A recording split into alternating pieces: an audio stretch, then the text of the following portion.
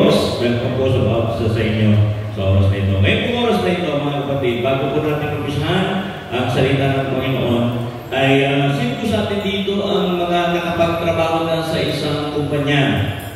Taas mo kamay ng mga nakapagtrabaho na sa isang company. Yan, praise God, purihin ang Panginoon. Alam niyo po mga kapatid, sa isang company, naniniwala ko na kapag tayo po ay nagtatrabaho sa isang kumpanya ay dumarating po yung pagkakataon talaga na talagang kinakakita natin ng maigi, ginagawa natin yung nararapat, ginagawa natin yung makabubuti sa kumpanya, at dahil doon, yung pong ating mga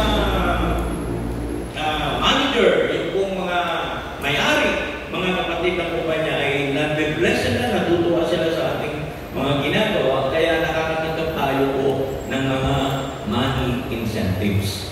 Mga kapatid, yung po unang natatanggap ng mga taong nagiging grateful sa kanilang mga trabaho, nadagdagan ng sweldo, nagkakaroon ng bonus, nabibigyan po. Actually, mga kapatid sa Lord, ako po, ako ay nag-aaral po sa Bible School, mga kapatid sa Lord, hindi ko naman inaasahan dahil ako po ay scholar po ako ng Bible School. Ako po ay working student and at the same time, natrabaho po ako sa school. And then, bigla-bigla, yung amin pong head ay binigyan ako ng money incentives po. At talagang nagulat ako. Yan daw ang sabi niya, keep up the good work. Sabi niya, yan ay para sa'yo. So, natuwa naman po. Sino naman po ang hindi matutuwa kapag nabigyan ng pera?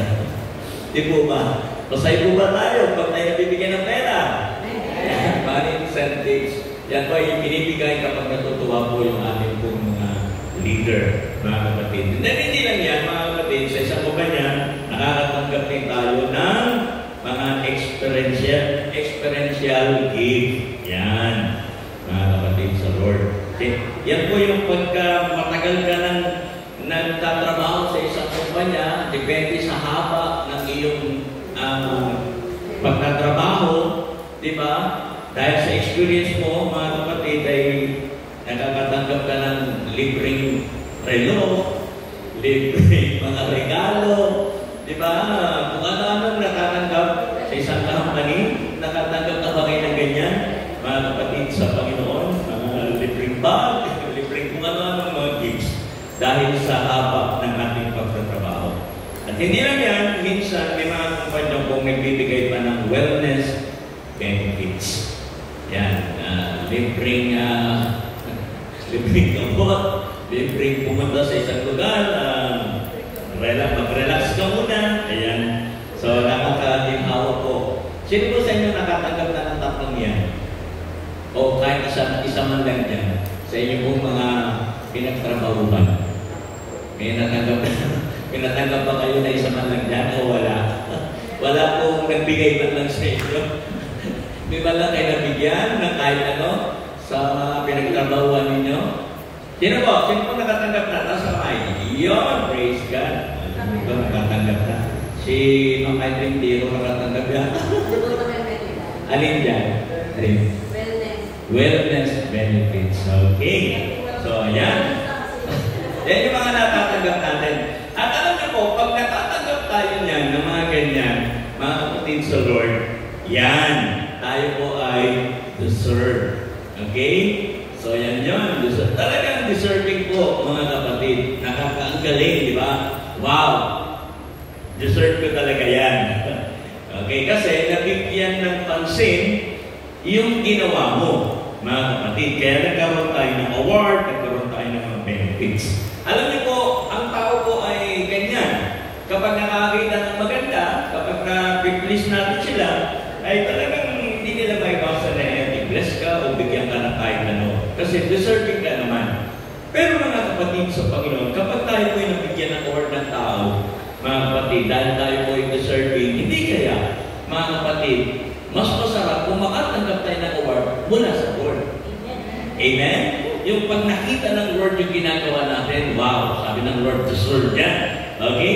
Ano kaya ang pwedeng mangyari sa atin, mga kapatid, kapag tayo po ay deserving sa mata ng Lord, at pag napansin tayo ng Panginoon, pwede kaya sabihin natin, deserve. Sabihin natin, deserve. Okay, kunin po natin ang ating text ngayong umaga sa Luke chapter 7, verse 1 to 5. Tingnan natin kung anong sinasabi po dito. Ito yung ating kukuhaning text ko sa ating pag-usapan. Sabi niya, "Now, when he concluded all his sayings in the hearing of the people," ito po si Jesus, "he entered Capernaum." Verse 2, "And a certain centurion's servant who was near to him was sick and ready to die. So," verse 3, "so when he heard about Jesus, he sent elders of the Jews to him, pleading with him to come and heal his servant." Verse 4, "And when they came to Jesus, they begged him earnestly, saying that the one for whom he should do this was deserving." Yan, nandun yung word. Okay? Yung iyong pupuntahan, deserving yon. Sabi ng mga Jews kay Jesus. Okay? Hindi siya basta-basta tao. Okay? So, he was deserving. Then verse 5, why? Kasi sabi sa verse 5, "For he loves our nation and has built us a synagogue." Yan, mga kapatid sa Lord, ang pag-uusapan natin. Mag-pray mo na tayo. Lord, bless your word sa aming puso. Ayaw mo po ang iyong mga salita ay maunawaan namin, maintindihan namin. Tulungan mo kami, Panginoon. Buksan naman ang puso at isipan. At ang mga salita mo, Panginoon, hayaan mo pong mangusap sa aming puso, sa aming isipan, sa aming buhay pananampalataya. At ayaw mo po, Lord God, na ikaw ang may tanas sa amin sa oras na ito. Muli, sa iyong kamay, pinagkakatiwala namin, Panginoon, ang aming pagkinig sa iyong salita. Alisin na anong magbabalan, anuman ang mga bagay ng malakit na pwede mo madlang para hindi natin mapakinggan ang mga salita sa pangalan ni Jesus. Ito po yung tinatalian. At hayaan mo po na malaya namin mapakinggan ang mga salita. Ihanda namin mga puso katulad sa isang matupang lupa na pagtatayuan ng iyong mga salita. Salamat po. Ito po ang dalangin sa mga lingkod, sa iyo lahat ng pupurin pa sa salamat sa pangalan ni Jesus. Amen. Amen and amen. Praise God. Deserving. Deserve. By the way, tanongin ko po kayo, sino po sa atin dito ang deserving pumasok sa langit? Una. Sino gusto po? Okay. Sino po ang, sino pa? Maliban kay Ate Lourdes, meron pa ba na deserving pumasok sa langit? Sa langit? Oh, dalawa na. Yan, si Ate Franz, dalawa na. Yes! Dalawa na papasok sa langit. Yung iba, sa tempo, saan kayo papasok? Di ba kayo deserving sa langit? Di ba kayo taga-langit? May iba kayo sunod na. O, sige, may bala. Tatlo kami, papasok sa langit. Yung mga iba, may iba na dito sa lupa. Kailan na kinausap ko pa yung mga kapatid sa Western. Sabi ko, kasi pinag-usapan namin yan yung pagdating ng Panginoon. Sabi ko sa kanila, ako'y mga ako sa inyo. Sabi ko sa kanila, pag ako'y kinuha ng Panginoon, dumating na yung rapture, at ako'y kinuha ng Panginoon, all my properties, kahit maliit lang, ay sa inyo na, bibigay ko na sa inyo. Pipirma ako, sabi ko, ano ng properties na nagkatuan ninyo, mapapakinabangan ninyo sa bahay, puntahan nyo, kunin nyo lang. Inyo na yan, kasi nag-rapture ko na, pupunta na ako sa langit. Pwede ko rin pong ipilin yan sa inyo. If ever po na ako'y na-rapture na, at dumating na ang Lord, nag-rapture na, pasok kayo sa bahay ko, kung gusto nyo kunin, kunin nyo na lang po. Okay po? Nangangako po ako sa inyo. Ibibigay ko yan sa inyo ng libre. Amen? Parang ayaw nyo.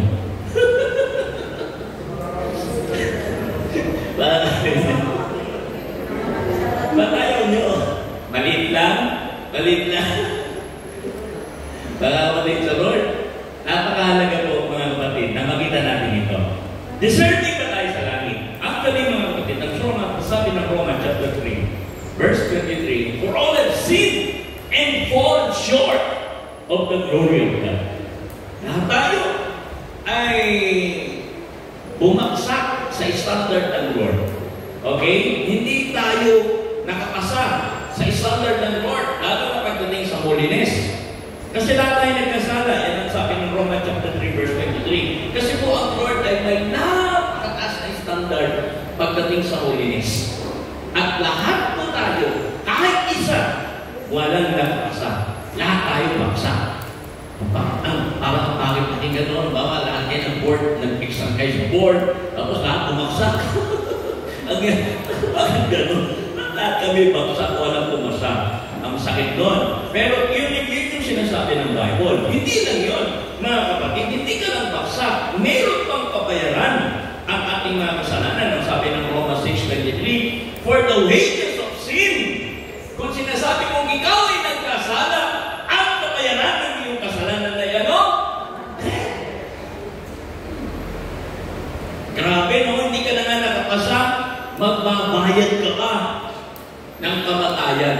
Ang sakit niyan, mga kapatid. Buti na lang, merong word na ba? Yung importante yung ba, mga kapatid. Yung word na yun, yung ba.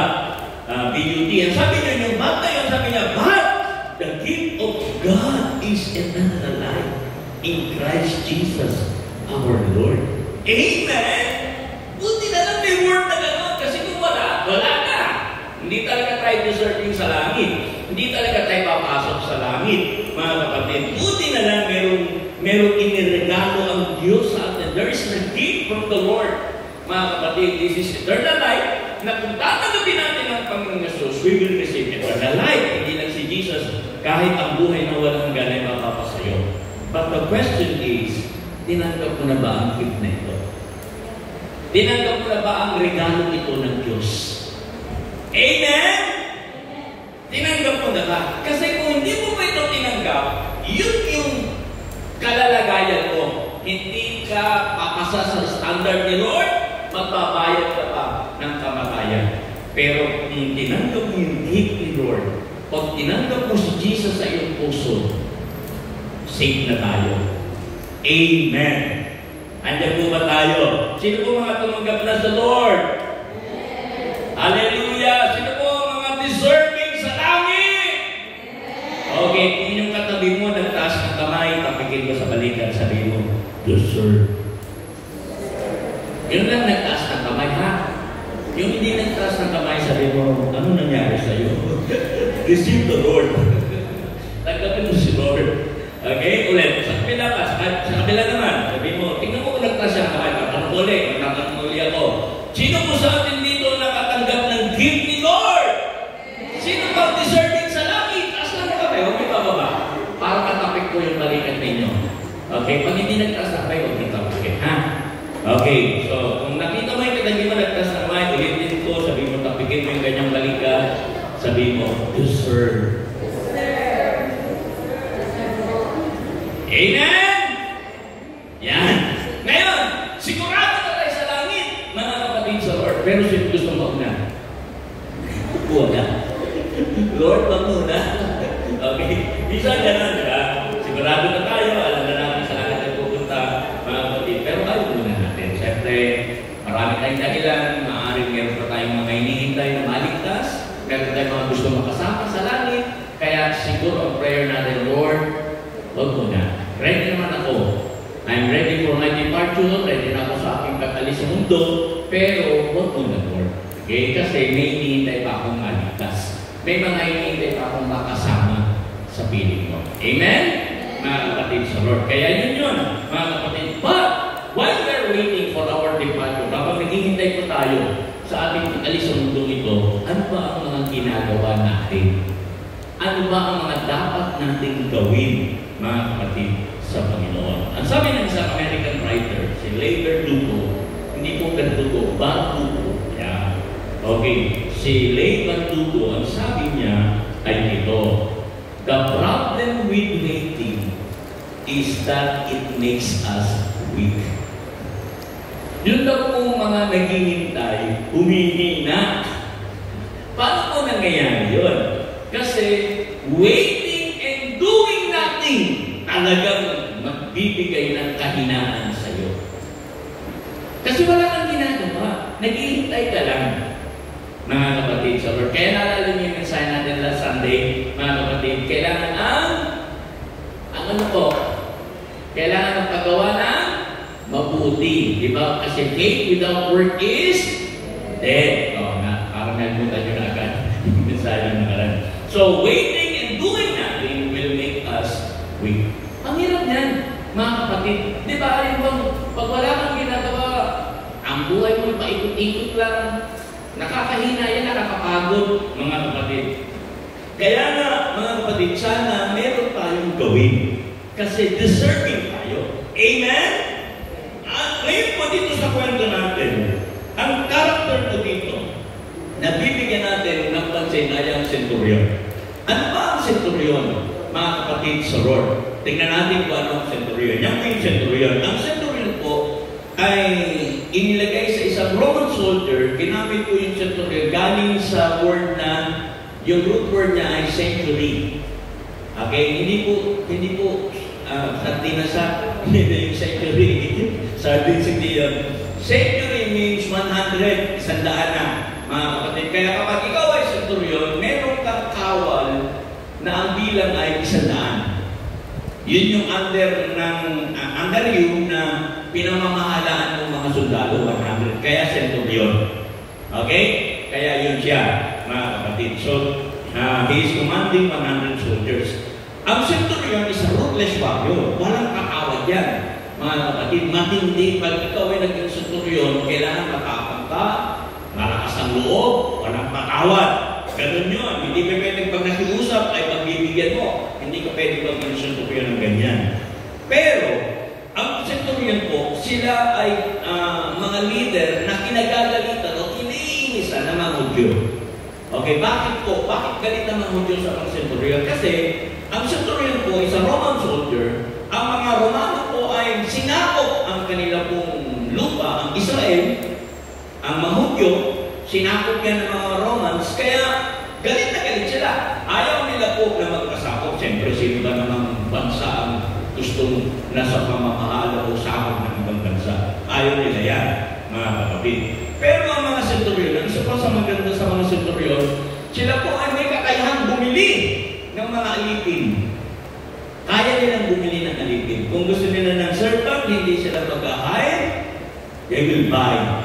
Bibilhin nila kung sino yung gusto nilang alipin. Ganyan sila kagaling at kayaman. Ganyan sila, yung power nila, ganyan katindi.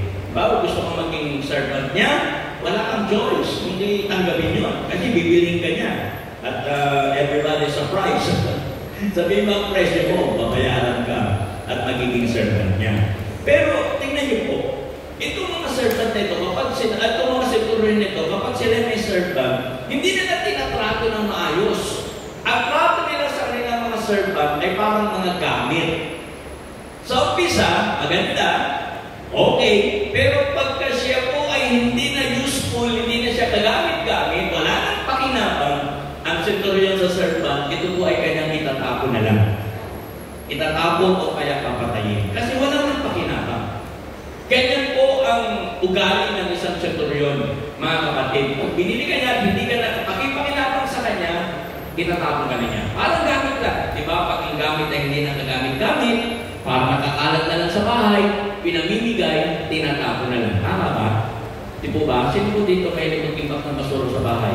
Sayang, kasi may sentimental value. Diba? Speaking to myself. Diba? Ang mga kasama sa bahay. Basta, ano mo yan? Diba? Lahat naman tayo, mga kapatid sa Lord. Diba? Marami tayong gamit sa bahay na parang, ito, bakit hindi ba ito itapon? Ganyan yung mga centurion, mga kapatid. Pag hindi na pakinabang at wala nang pakinabang sa isang servant, tatapon na ito. Okay? Tatapon na ito. Pero, itong kwento natin dito sa Luke, kakaiba po ito. Kasi itong centurion nito ay extraordinary. Kakaiba po siya. Bakit? Kasi ang centurion na yan ay nagmamalasakit sa kanyang servant. May sakit po yung servant niya, pero hindi niya tinapon, hindi niya pinabayaan.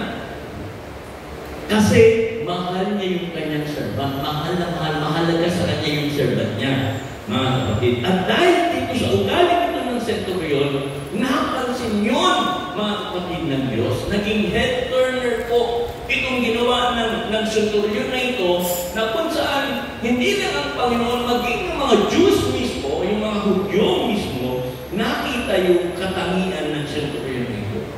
Kaya itong X-factor ng centurion. Mga kapatid, nakakaiba. Diba? Meron ba tayong ugaling kakaiba?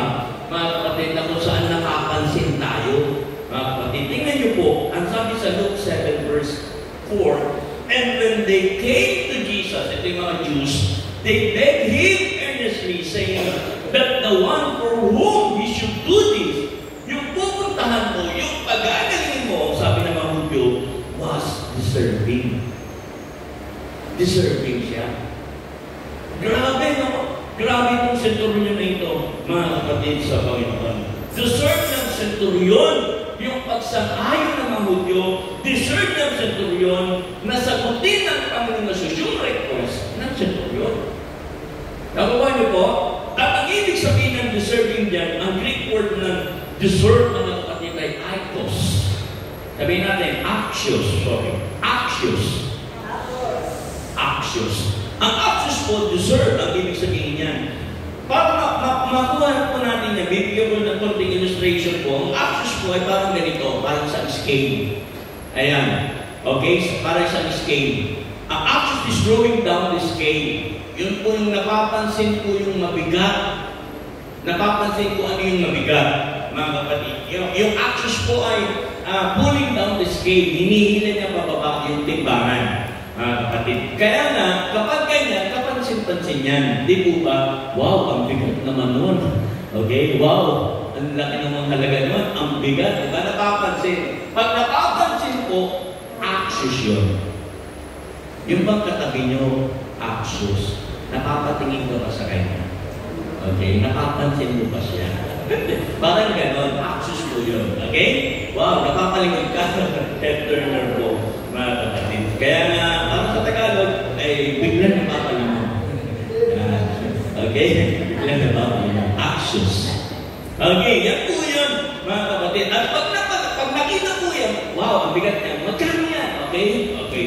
Something worth awarding. Bibigyan ka ng award. Kasi napansin ka. Bibigyan ka ng something na karapat-dapat para sa iyo kasi grabe yung ginawa mo.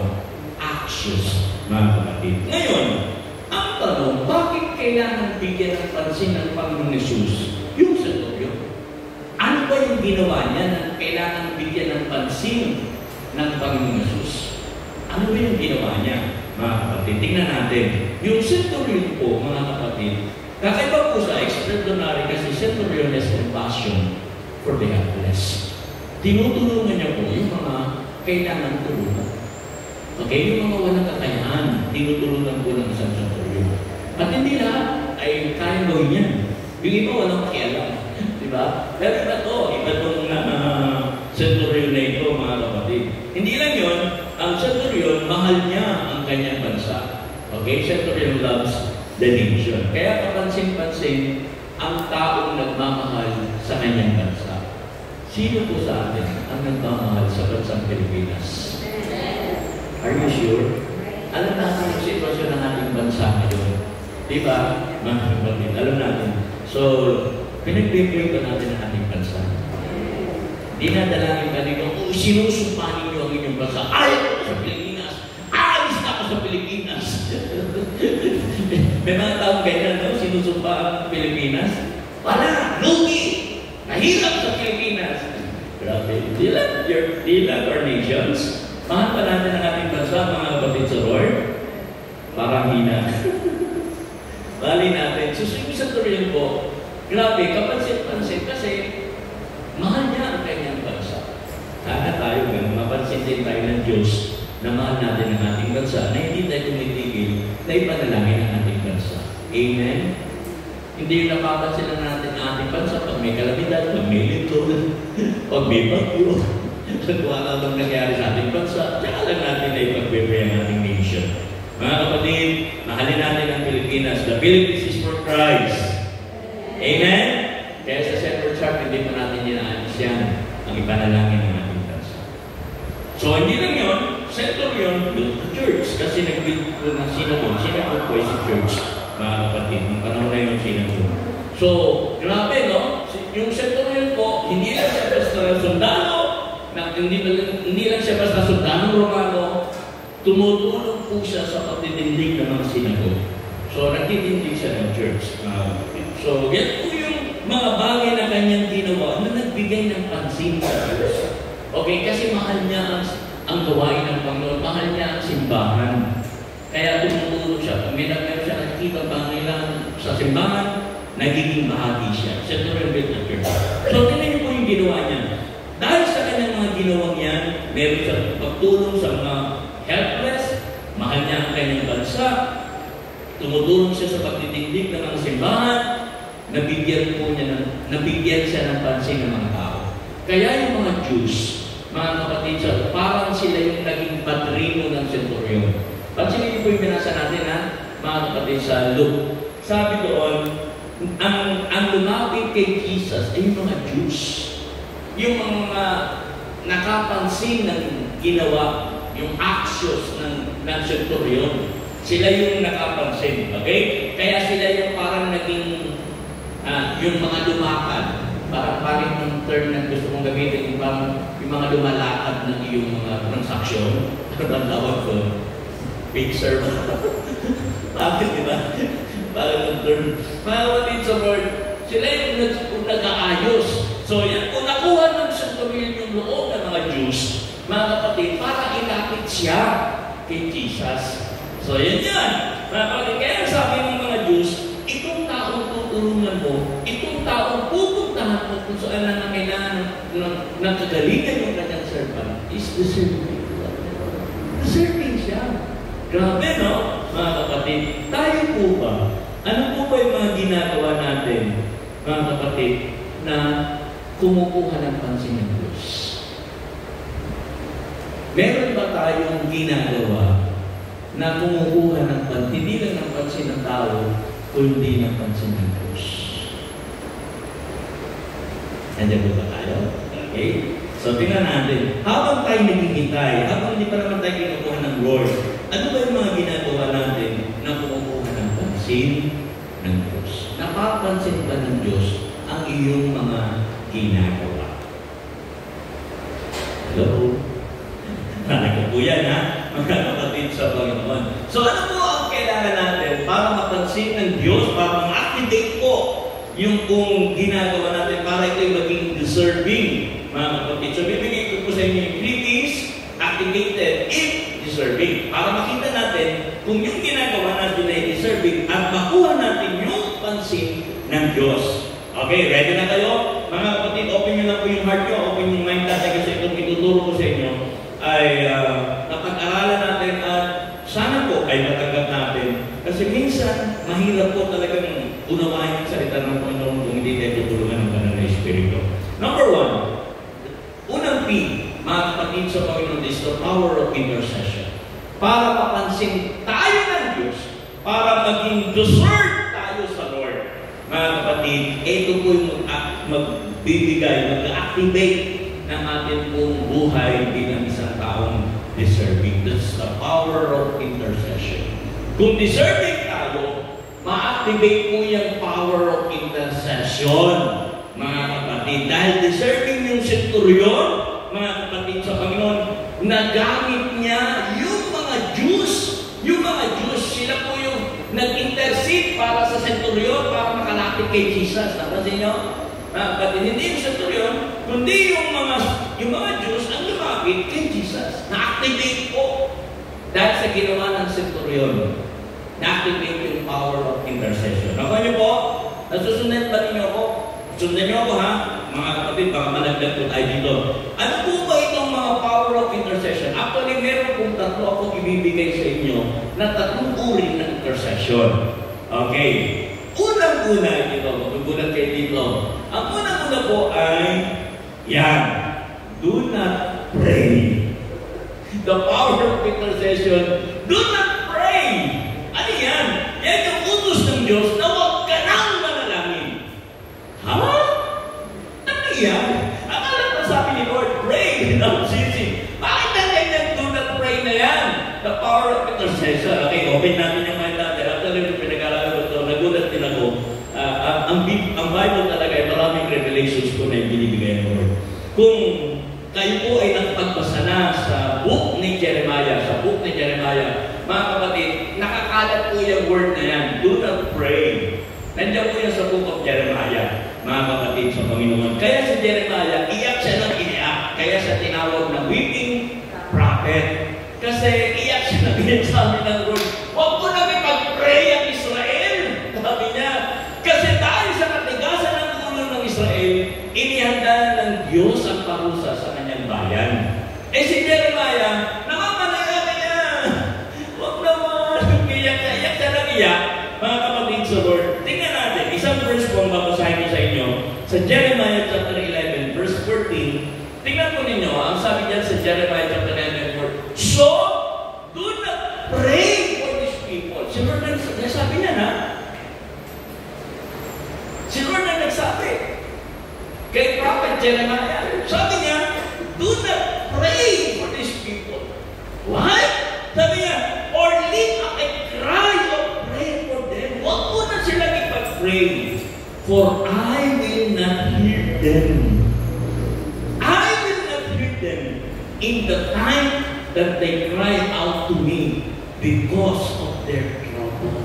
Dahil sa kanilang mga ginawa, hindi ko na sila pakikinggan pa. Kaya huwag ka nang mag-pray para sa kanila.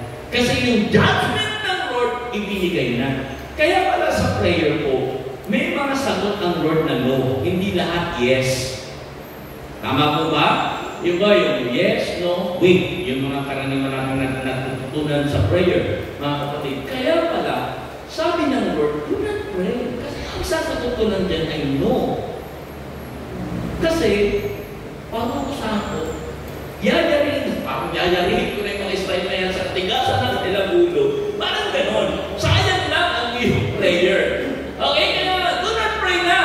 Kasi naibigay ko yung justice sa kanila. Hindi ko na yung babawiin. Bibigay ko na yung parusa, yung judgment. Hindi ko na yung babawiin. Do not pray. Minsan kasi, kaya tayo kasi tao, makabagi, tayo gusto natin talaga lahat maganda, kahit masama na yung ginagawa, paparusahan ng Lord. Minsan ganun tayo, di ba? Kapatid sa Lord. Pero si Lord po, sabi niya, huwag ka na magsayang ng bakas. Naibigay ko na ang judgment, naibigay ko na ang parusa. Ang sagot ko sa prayer mo, no, do not pray. Hirap, no? Ang hirap niya. Talaga ba?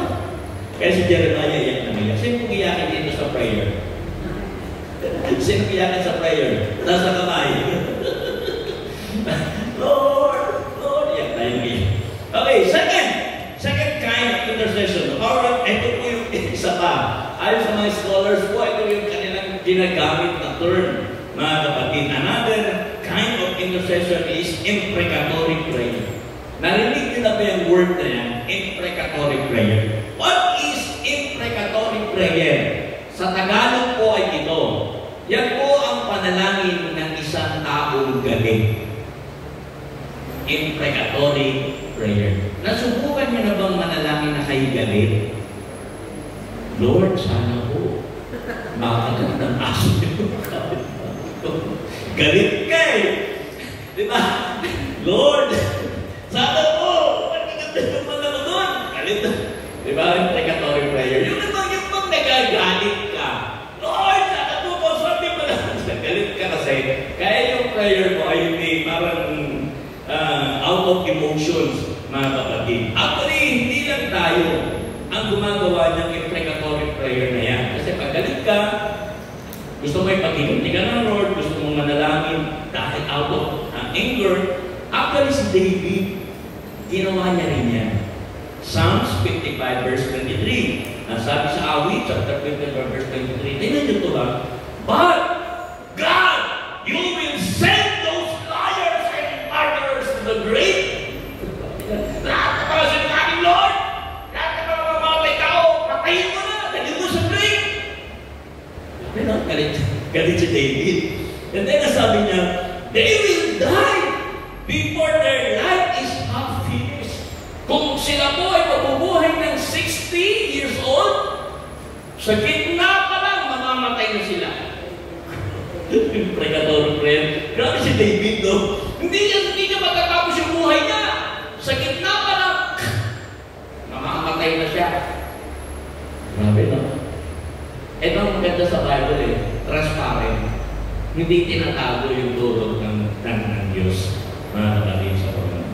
But as for me, I will put my trust in you.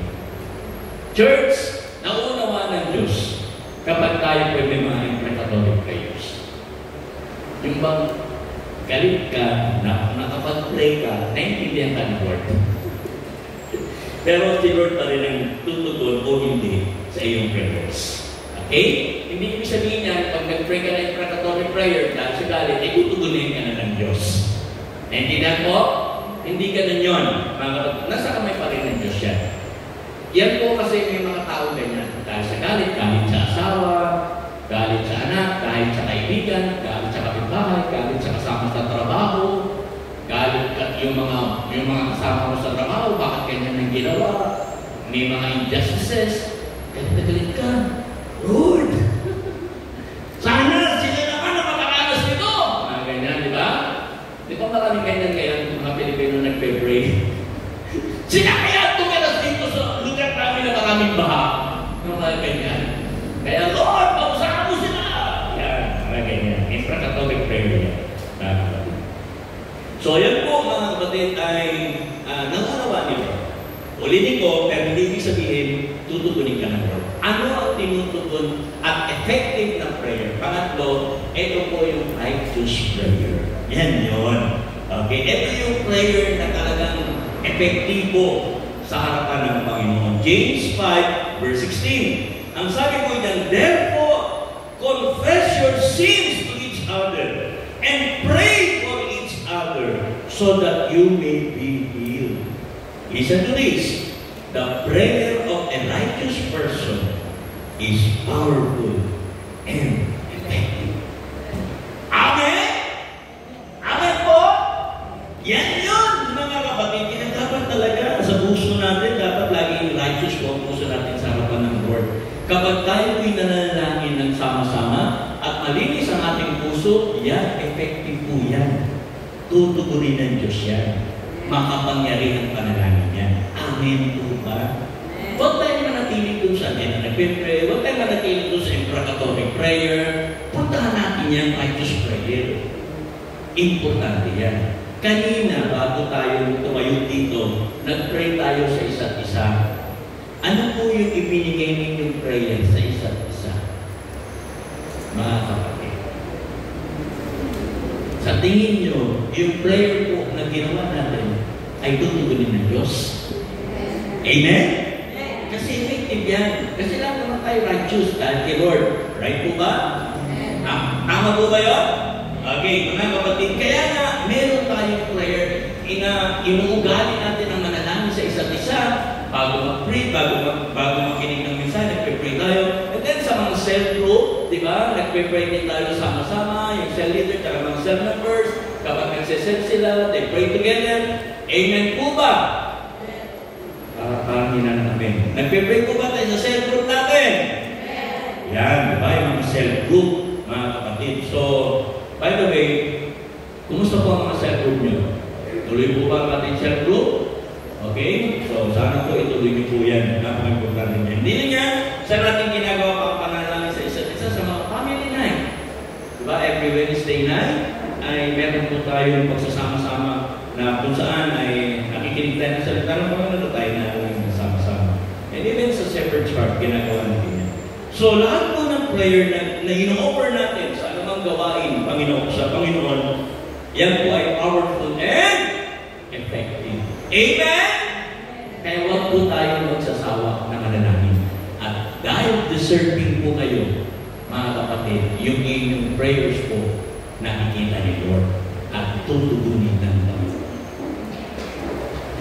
Pakita ko po yung katabi, deserve. Amen? Kaya huwag magsawang mag-pray, huwag magsawang manalangin. The prayer of the deserve is powerful. Amen? Okay. Second po, tingnan natin, para maging deserving tayo, ma-activate po yung second P, mga kapatid, na mag-activate yung pagiging deserving natin. Ito po, second P. Ang second P ay principle of sowing and reaping. Yan, principle of sowing and reaping. Galatians chapter 6 verse 7, Galatians 6 verse 7, tanda natin ito, do not be deceived, huwag kang palaya. Bible lang nagsabi, na huwag tayong magpapa-scam. Okay? Huwag tayong ma-scam sana. Okay? Do not be deceived. God is not mocked. Hindi mo pwedeng biruin, hindi mo pwedeng lokohin ng Diyos. For whatever a man sows, that he will also reap. Yan ang sabi ng Bible. Kung ang itanim mo, aanin mo. Sa mundo, sa mga hindi Kristiyano, ang tawag po nila dyan, karma. Makakarma ka din. Kung ano ginawa mo, aanihin mo yan. Karma yun. Okay, yun ang, anyway, gamit ko ng mundo yan, hindi naman natin ginagamit sa Christian community po, sa mga Kristiyano, wala kong karma, mga kapatid. At tinuturo ko ng Biblia, kung ano yung tinanim mo, aanihin mo. So yan po yun. Hindi mo managaw ko ang Diyos, kung ano ang tinatanim mo, yun ang iyong aanihin.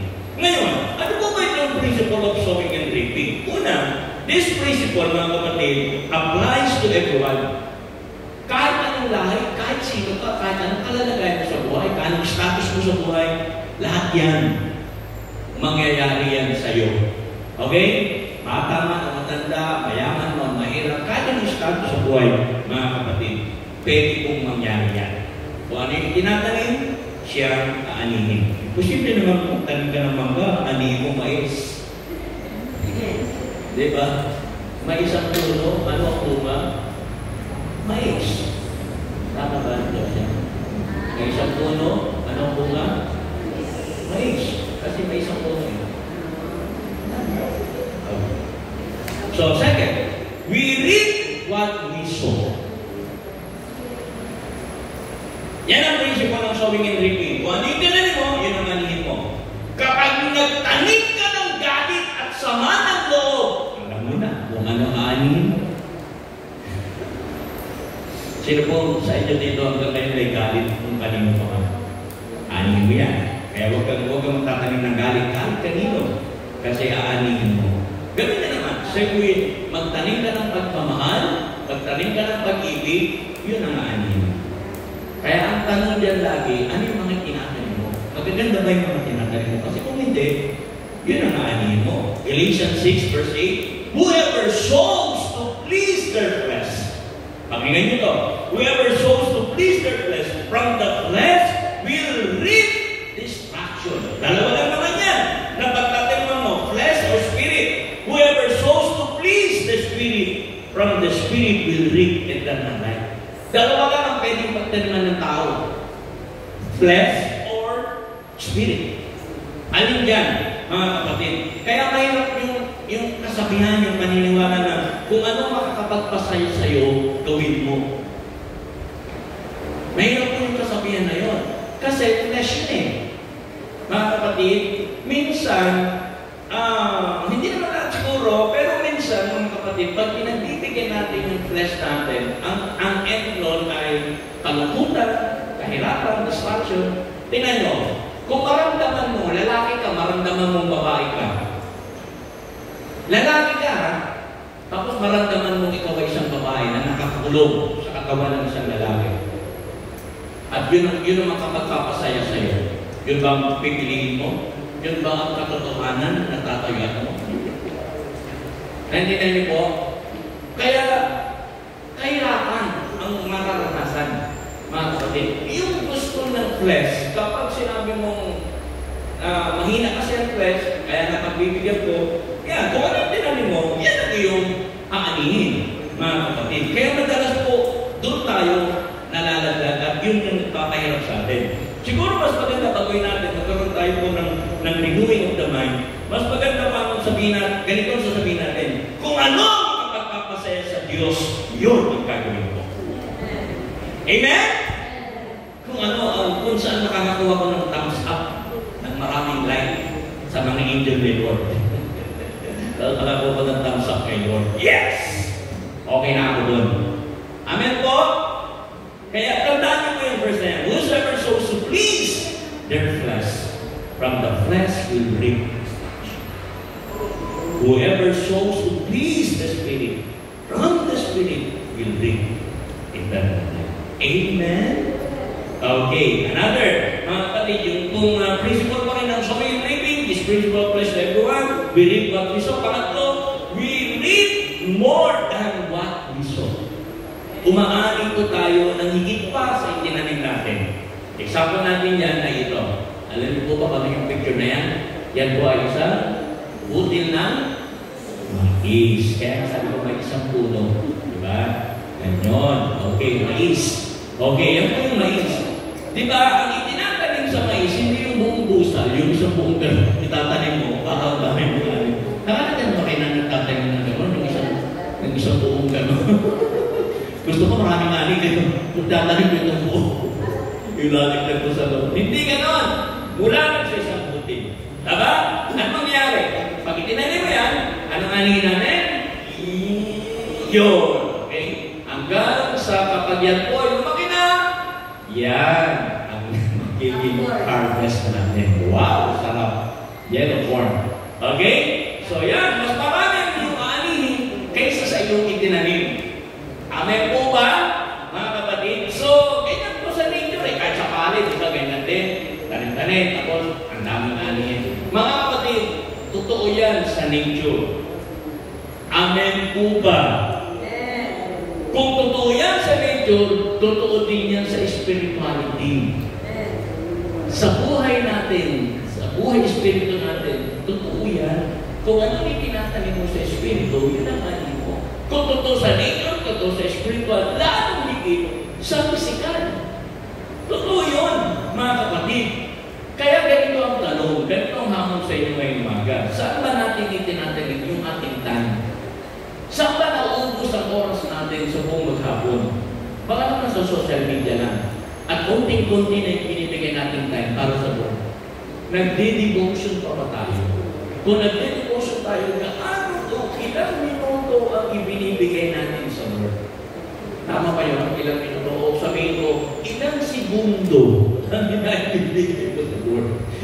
Ganun. Lord, thank you. Salamat. Ikaw po sa Jesus name. Seconds na. Diba? Mga kapatid sa Lord, ilang segundo, ilang minuto, yung naitatanim mo sa iyong panahon. Kaya nga minsan naalala ko yung sinabi mo isang patanan, mag-evaluate ka, kung na may oras mo, tingnan mo kung saan may nailagay ako yung oras. Tingnan mo kung talaga wala kang tayo para sa Lord. Kung minsan kasi, yung time natin, ibibigyan natin sa hindi tama. Okay?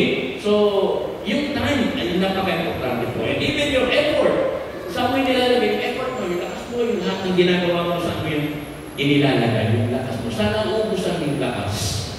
Sana ubos ang yung isip. Sana ubos ang lahat ng effort mo. Mahalaga po yan. Dapat magkulay-kulay tayo. Sana ba? Okay? Saan mo nga binibigay lahat na sa akin? And even your resources. Saan mo tinatanim ng yung mga resources? Saan mo nilalagay ang yung resources? Ito po ay para sa eternal, para sa pangwalang o para sa mga pansamantala lamang. So, yun po yun. Kung totoo sa dito, totoo sa spirituality, ganun din naman sa physical. Totoo lang yan. Amen. What we sow, we will reap. Yun po yun. So, yan po yun. And then, pang-apat, ang principle ng sowing and reaping, we reap later when we sow. Ibig sabihin, pag nagtanim tayo ngayon, later on, pagdating ng panahon, katay natin, pagdating ng panahon, diba? Aagi tayo. Amen? Saan ka naman nakakita na nagtanim tayo ng buto bukas, may inaani na? Pero bang gano'n? Oo! Nagtatanim ako ngayon! Bukas, may ani ako. Hindi gano'n. We need to wait, mga kapatid. Hindi pwedeng nagtanim ka, tapos wala pa ani. Wala pa binibigay sa Lord. Hindi gano'n yun. Mga kapatid, alam ni Lord, mga kapatid, kung kailan po yung harvest time natin. Kung kailan tayo ani. Amen? Ang kailangan na may itinanim tayo. Baka naman naghihintay tayo ng harvest, wala naman tayo itinanim. Pwede bang mag-withdraw ka sa bangko na hindi ka nag-deposit? Sino pa nasubukan yung mag-ganyan? Mag-deposit? Mag-withdraw ka sa bangko? Meron ka bang account? Meron ka bang deposit sa bangko? Di ba wala? So wala rin. Hindi ganun yun. Magtanim tayo. Amen? Dahil ang pangako ng Diyos, aani tayo tayo, mga kapatid, when we saw. At lagi niyong tatandaan, hindi nalilimutan ng Diyos ang lahat ng ating mga itinatanim, lalo na sa kaharian ng Diyos. Hindi yan. Kung hindi man niya napapansin at hindi na recognize, hindi na appreciate, mga kapatid, kay Lord, hindi po makakaligtas siya. Kitang-kita yan ni Lord. Deserving, mga kapatid, sa Panginoon. So, ngayon po, tingnan natin yung pangatlo panghuli. Itong 3 P's activated if deserving power of intercession, principle of sowing and reaping. Pangatlo, placement of my bargaining chips. Wow! Ano itong bargaining chips na ito, mga kapatid sa Panginoon? Alam niyo po, ito po yung research ko lang din, kasi hindi mo na pumapasok ng casino. Sino po sa inyo dito nakapasok na ng casino? Sister, kapasok na ng casino? Eh, mga believer pa tayo, huwag ka matakot. Believer tayo, siyempre, ganun talaga. Kaya nakapasok na ng casino. Alam niyo po, sa casino, wala pong pera kayo makikita na nasa table. Ano po ang mga nandoon? Mga chips.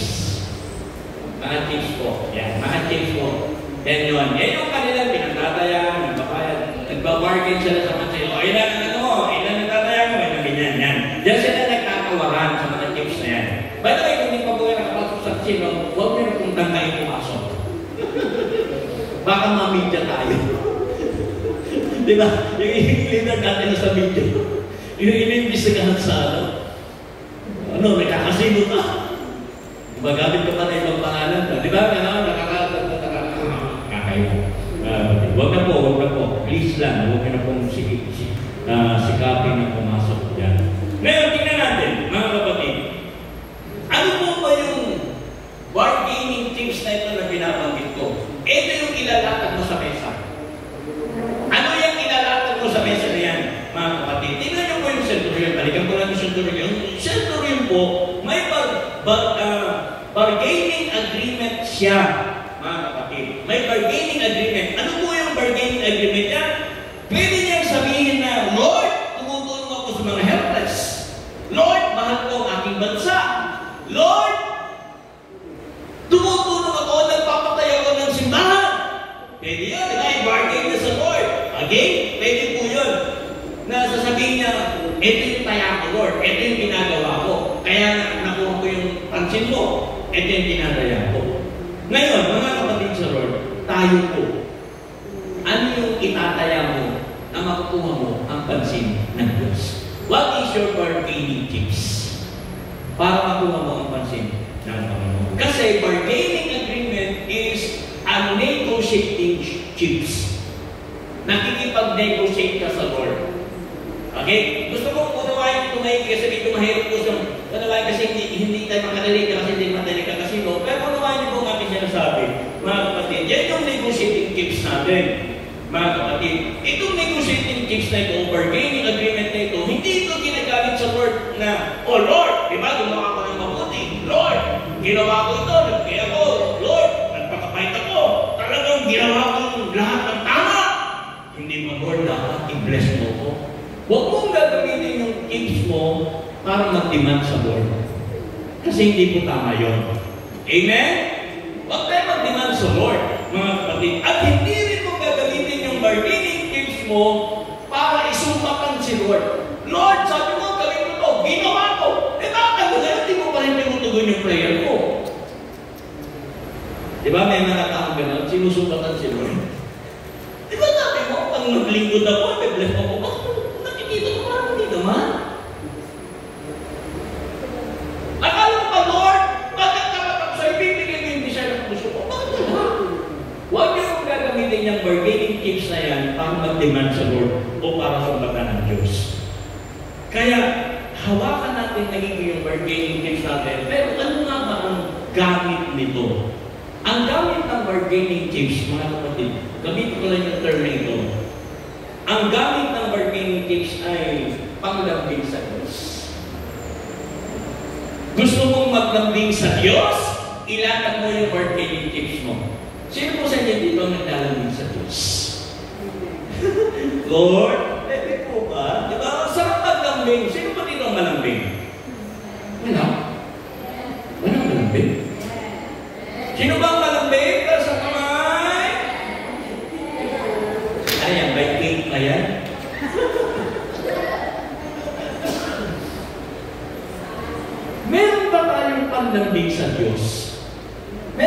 bargaining chips, panlambing sa Diyos.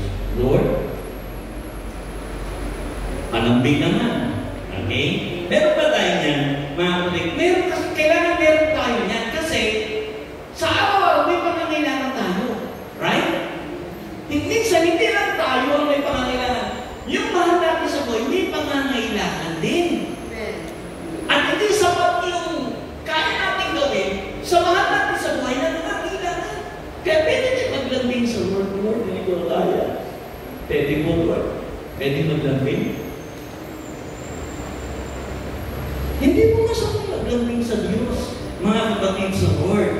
Kaya dapat alam mo kung ano yung bargaining tips mo. Para kapag may sinabi ka sa Lord, mapapansin ka niya. Yung head turner, titignan ka ng Lord, uy, naglalambing ang ano ko. Naglalambing, may nilalambing siya. Mapapansin ka niya, mga kapatid. Ito yung kapag sinabi mo sa Diyos, inilatag mo yung bargaining tips mo, naglalambing ka sa Lord, parang si Lord, hindi niya mapigilang sagutin ka. Hindi ka niya mapapahindihan. Kasi may bargaining tips ka. Amen? Mga kapatid, the Lord, napakalaga nitong sinasabi ko sa inyo, mga kapatid. Noong panahon ni Abraham, alam natin si Abraham, di ba kalala natin si Abraham? Kinausap ng Diyos si Abraham. Sabi ng Diyos kay Abraham, Abraham, ang lugar ng Sodoma at Gomorrah ay gugunawin ko. Sabi niya, gugunawin ko yun. Biglang, nangamba si Abraham.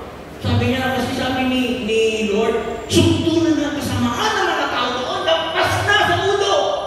Kaya kailangan ng gunawin. Kaya si Abraham, nabahala siya. Bakit? Kasi nandun yung kanyang mahal sa buhay. Sino yun yung kanyang pamangkin na si Lot at yung kanyang pamilya doon nakatira. Pag ginula yun, dama yung kanyang anak. Dahil pamangkin niya, dahil matama yung mahal niya sa buhay. Damay! Kaya yung ginawa nito si Abraham.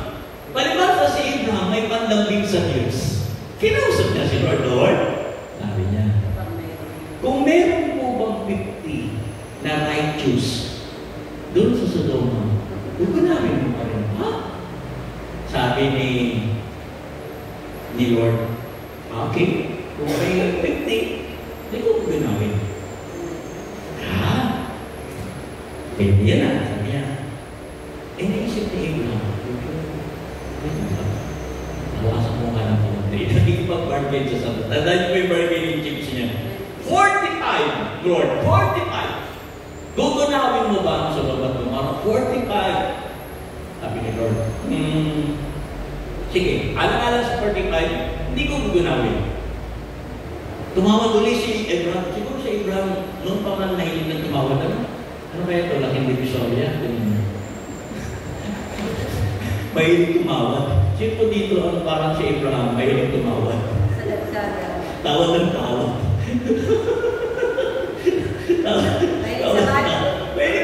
Pwede ko ha? Ito na lang talaga. Buy one, take one po, mahilig. Ha? Buy one, take one. Buy one, take one. Tawag na ng tawag, Lord, 40! Okay, alam-alam sa 40. Hindi ko gugunawin. Ako sabi ni Abraham, ako, nagkamalian ako ng tawag. Pawasan ko pa. 30, Lord! 30! Okay, alam-alam sa 30, hindi ko gugunawin. Ang sabi mo, okay. Naisip niya, teka, may 30 ba? 20, Lord! 20! Okay, alam sa 20. Hindi ko gugunawin. Tawag na tawag ng hanggang sinagad niya na. Sabi niya, Lord, 10. 10, Lord. Pag may righteous, 10 righteous po sa Sodoma, gugunawin mo po ang Sodoma at Gomorrah. Anong sagot ni Lord? Hindi ko gugunawin. Alang-alang sa 10 matuwid. So, tumigil na si Abraham. Siguro nasisip niya, siguro naman may 10. Siguro naman may 10. But the problem is, walang 10. Less than 10 ang pamilya nito. Kaya natuloy. And we know the story well, natuloy yung pag-destroy sa Sodoma at Gomorrah. Grabe si Abraham, no? May panlambing sa Diyos. Kaya po ba? May panlambing sa Diyos. Pero pa kayo nilalatag sa sa Lord, ito yung panlambing. Yes, masarap. ang sarap maglambing sa Diyos kasi hindi tayo pahihindihan ng Diyos eh. Di ba? Hindi niya pinahindihan si Abraham. Hanggang sa 10, hindi naman nakakulitan. Ano sabi niya? Mga kapatid, tingnan niyo po. Yung sabi niya sa Genesis 18 verse 32. Then he said, let not the Lord be angry, and I will speak but once more. Sabi niya, isa na lang Lord, isa na lang. Suppose 10 should be found there. Ano sagot ng Lord? I will not destroy it for the sake of them. Wow. Si Lord, pag nilalambing natin, sigurado tayo po ay bibigyan ng pansin ng Diyos. Amen? Huwag tayo mag-demand. Huwag nating sumbatan si Lord. Lambingin natin ang Panginoon. Amen? Ngayon, I want you to hear me loud. Gusto ko marinig ninyo lahat. Huwag mo na kayong papansin sa katabi. Gusto kong sabihin itong word na ito. Kung gusto natin maging deserve, serve para deserve. Ulitin natin. Serve para deserve. Amen? Habang hindi pa tayo kinukuha ni Lord, ang naghihintay pa tayo sa pagdating ng Panginoon, serve para deserve. Pakisabi sa katabi, serve para deserve.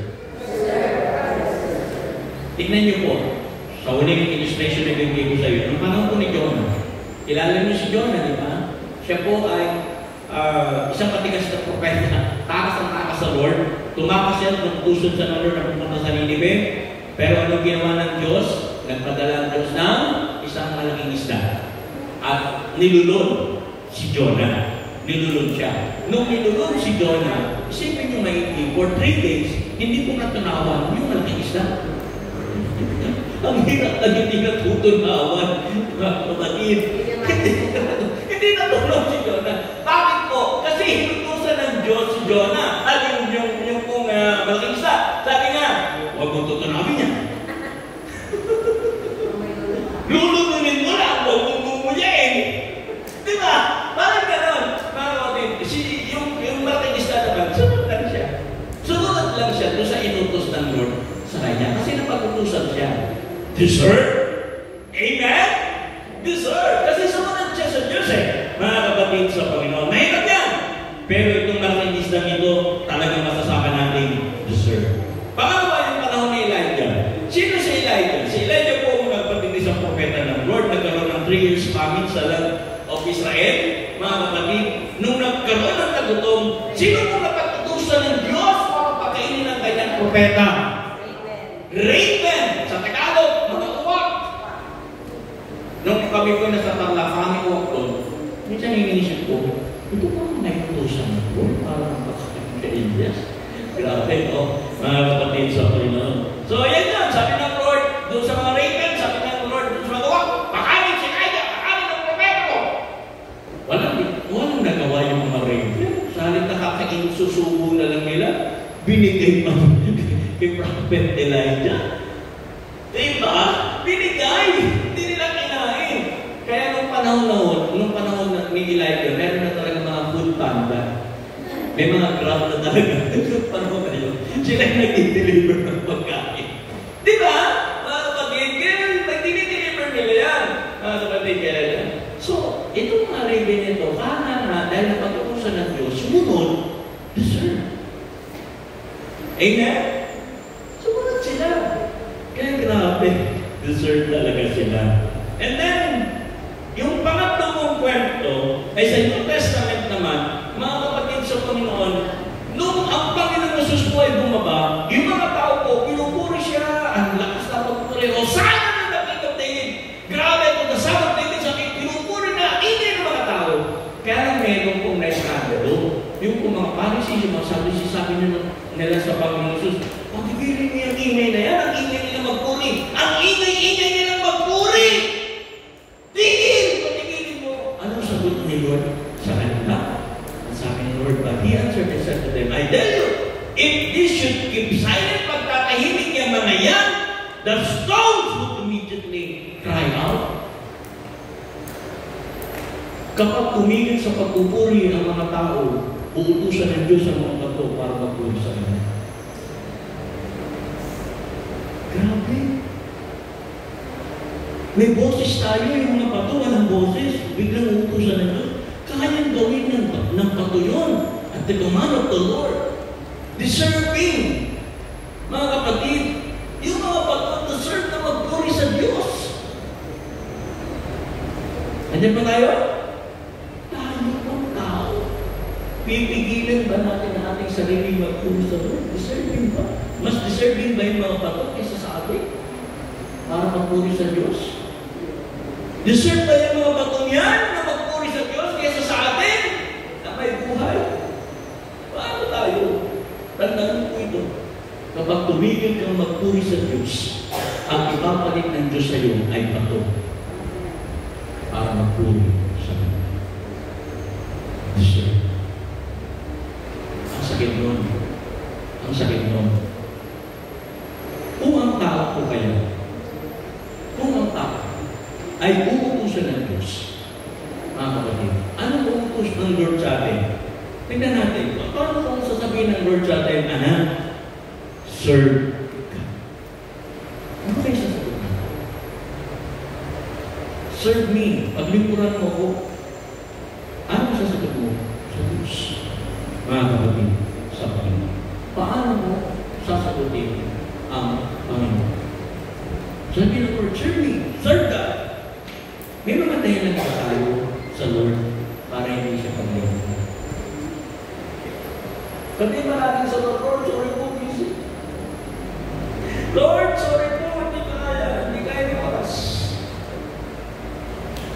Lord, sorry po, pagod na. Ano kaya ang dahilan natin? Isipin ko ninyo, yung malaking lista, wala sa nagawa. Deserve, kundi sumunod sa Diyos. Yung uma, wala sa nagawa, kundi sumunod sa Lord. Deserve. Yung bato, pwedeng sumunod sa Diyos. Deserve. Tapos yung tao, aayaw. Yung tao, mga katwiran, yung tao, sabihin, Lord, wala ko, I'm busy. Madami akong trabaho.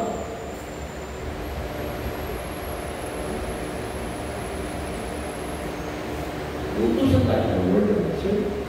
Sabihin natin, Lord, kunti lang po, sir. Sapat na ba yung dahilan na yun? Sapat na ba yung dahilan na yun? Church, serve, para deserve. Amen? Maglingkod tayo sa Diyos. Amen po ba? Kunti na lang yung oras na ipaglingkod niyo sa Diyos. Kunti na lang. Darating na. Panginoon Jesus. Wala na tayong oras. Minsan tuloy, napapaisip ako. Sana Lord, dumating na talaga yung David mo, yung lingkod, baka sakali lahat kami mag-isip na maglingkod sa iyo. Huwag na naman. Baka yun lang ang magpapapigil sa atin. Para mag-desisyon tayo na magbigay ng buong buhay sa Lord. Serve ka. Mga kapatid sa Lord, tingnan niyo po, ba't kailangan natin mag-serve? Kasi ang mga tao po, wala ng mga nag-isip. Naalala ko isang tao, sabi niya, Pastor, pwede po ako kumusulta sa mga espiritista para makusap ko yung aking tatay na namatay. Sabi ko, huwag gagawin niya, huwag gagawin niya. Eh sige po, hindi ko na po gagawin niya kasi sabi niyo po, masama yun. Ang gagawin ko na lang po, magpapakamatay na lang ako para magkasama kami ng aking tatay sa kabilang buhay. Sabi ko, huwag mo rin gagawin niya. Masama yan, masama yan. Huwag mo gagawin niya. Eh, ano mo gagawin mo? Alam ko na. Papatayin ko na lang yung mukha sa patay ko para makaganti man lang. Lahat yan mali. Strike 3. Lahat yan inisip ko, mali. Maraming tao, mga kapatid sa Lord, na kailangan po ng katotohanan. Amen? Eh, sino po maglilingkod para sa kanila? Sino magdadala sa kanila sa katotohanan? Serve God para deserve. Alam niyo po, ako po tinawag ng Lord para mangaral, para mag-share ng word of God, mga kapatid. Pero, yun po yung role ko, yung part ko. Iba po yung tinawag para sa praise and worship team. Amen? Pwede ko ba tawagin ng praise and worship team? Mga kapatid sa Lord, iba yung calling nila. Kasi kung ako ang mga aral, ang magigitara ako, tutugtog ako, magpapakanta. Grabe, walang ano yun? Diba? Iba yung tinawag ko pang mag-lead ng worship. Iba rin yung tinawag para mag-answer sa atin. Meron po bang mga sumasalubong sa inyo sa pinto, nakakangiti, at kinakamayan kayo? Kung hindi kayo nakamayan, kayo na lang tumamay sa mga answers. Kasi minsan nakakagod ng mga answers yun. Pag hindi kayo nakamayan, kayo na lang ang tumamay sa mga answers. Amen po ba? Andiyan po ba kayo? Sino po hindi nakamayan ng mga answers kanina? Iba yung trabaho nila, mga kapatid. Iba rin yung nagsaserve sa dominion. Amen? Iba pa rin yung nagtuturo sa Sunday school para sa ating mga anak. Iba yung part nila. Iba pa rin yung naglilinis at nag-aayos sa church.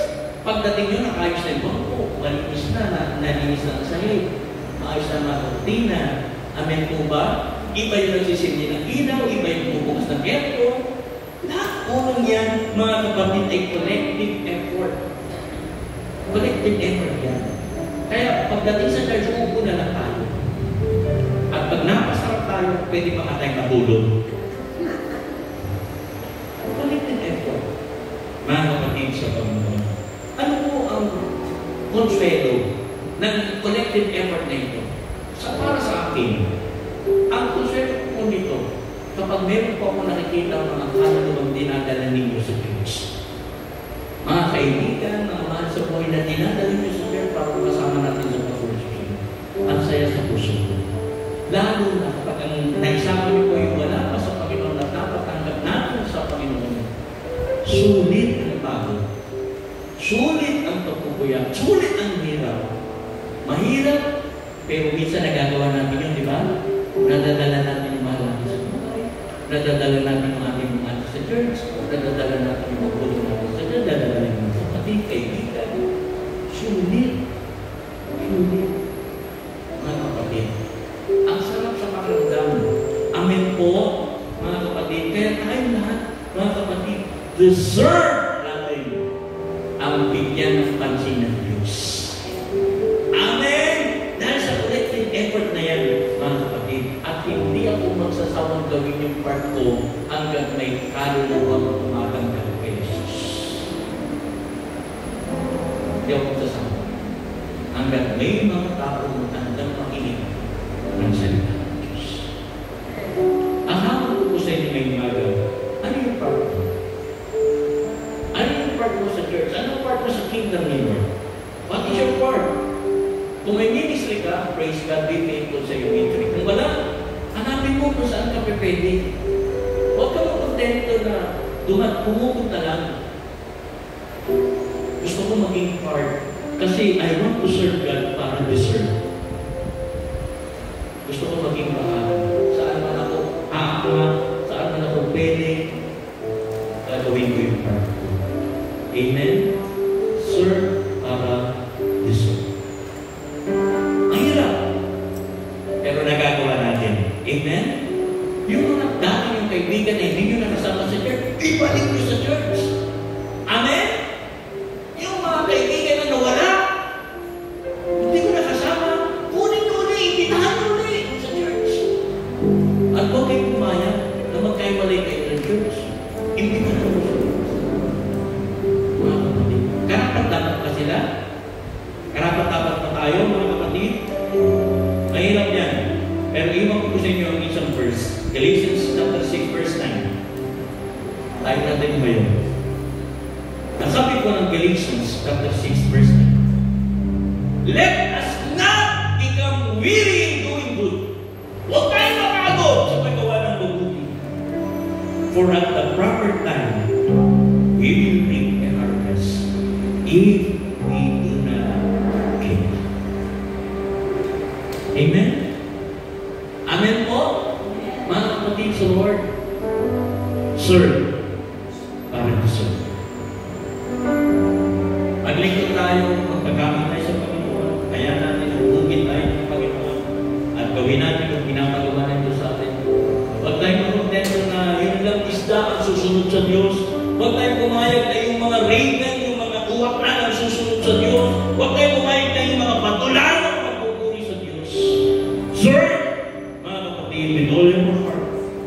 buong puso natin